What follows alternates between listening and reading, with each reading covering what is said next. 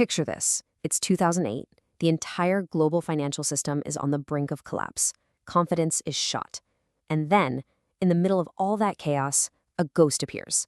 A total unknown drops a 9-page paper onto a tiny, obscure mailing list. What was it? Well, it turns out to be the blueprint for a completely new kind of money, one that would call into question everything we thought we knew. Today, we're going to try and unravel that enigma. We're talking about Bitcoin. So imagine it's Halloween night and this email pops into your inbox. Some anonymous person calling themselves Satoshi Nakamoto says they've built digital cash. No company behind it, no CEO, no marketing budget, just an idea and a chunk of code. For a while, it was just this little secret, whispered about among a handful of computer geeks and cryptographers. But then, those whispers started getting louder. I mean, look at this journey. It goes from being so worthless you could buy thousands for a few bucks, to famously being used to buy a couple of pizzas, to a single Bitcoin being worth more than a brand new car. This clearly wasn't just some hobbyist's toy anymore. Something much bigger was happening. So you have to ask yourself, what was the point of all this?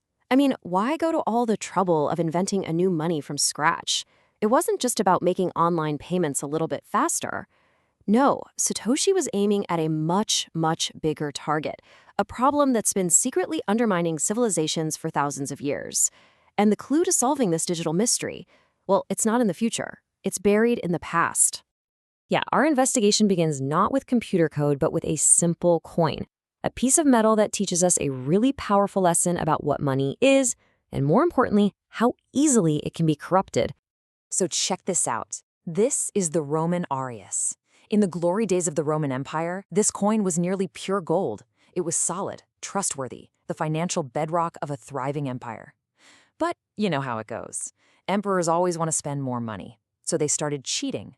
They'd shave a little gold off each coin, mix in some cheaper metal, just a tiny bit at first so nobody would notice. But soon it was a lot. They were essentially printing money, Roman style. And it was like a slow-acting poison that rotted the empire from the inside out.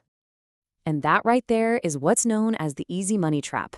It's a lesson history has taught us over and over again. If the supply of something can be easily increased, it will be. And when that happens to your money, it silently destroys your savings, making all your hard work worth less and less over time. So if easy money is the trap, how do you escape it? Well, you need the opposite. You need hard money. Money that's difficult, expensive, and time-consuming to create more of. And for pretty much all of human history, one shiny yellow metal was the undisputed king of hard money. Now, there's actually a way to measure this hardness. It's a cool concept called the stock-to-flow ratio. Just think of it like this. You've got the stock, which is the huge pile of all the stuff that already exists. And then you've got the flow, which is the tiny new amount that gets produced each year.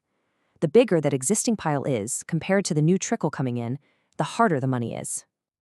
And this chart really tells the whole story of why gold became money. Look at something like copper. Its stock-to-flow is super low.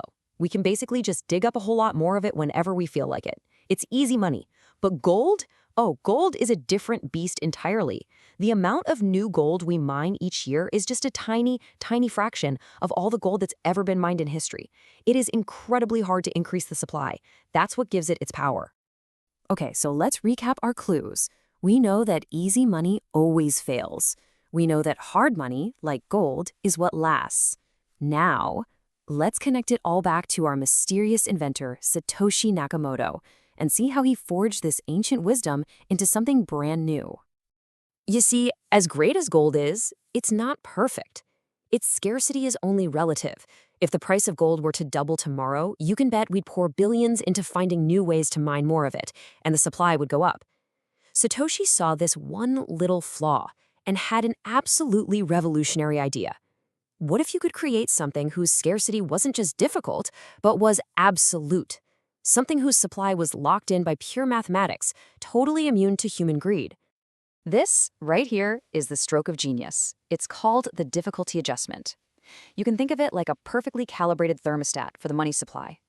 The system is designed to release a new batch of Bitcoin roughly every 10 minutes.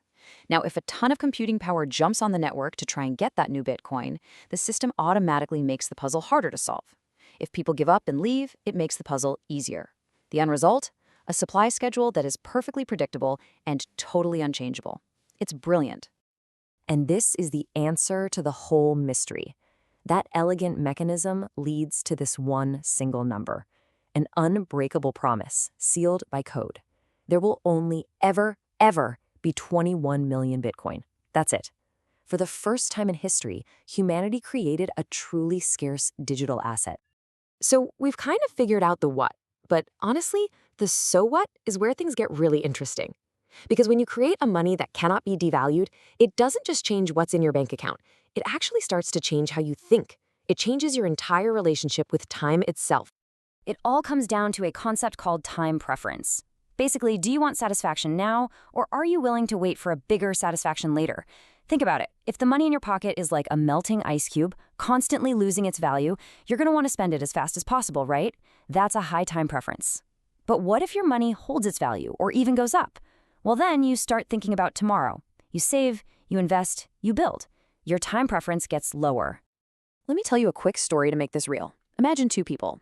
First, there's Harry. Harry lives for today. He spends all his time catching just enough fish with his bare hands to eat that day. His life never really improves. Then you have Linda. Linda is thinking about the future. She decides to eat fewer fish for a day and uses that spare time to build a fishing rod. It's a short-term sacrifice, but wow, does it pay off. Suddenly, her productivity skyrockets. She's building real wealth. The type of money we use nudges us, as a society, to be more like Harry or more like Linda. So here we are. We have this new kind of money that is designed from the ground up to encourage saving, long-term thinking, and building for the future. But it was born into a world that runs on the exact opposite principle. Easy money that can be created by anyone in power whenever they want. So what happens when this unstoppable force meets an immutable object? What's really wild is that smart people saw this conflict coming decades ago. The economist F.A. Hayek, way back in 1984, basically dreamed of something like Bitcoin.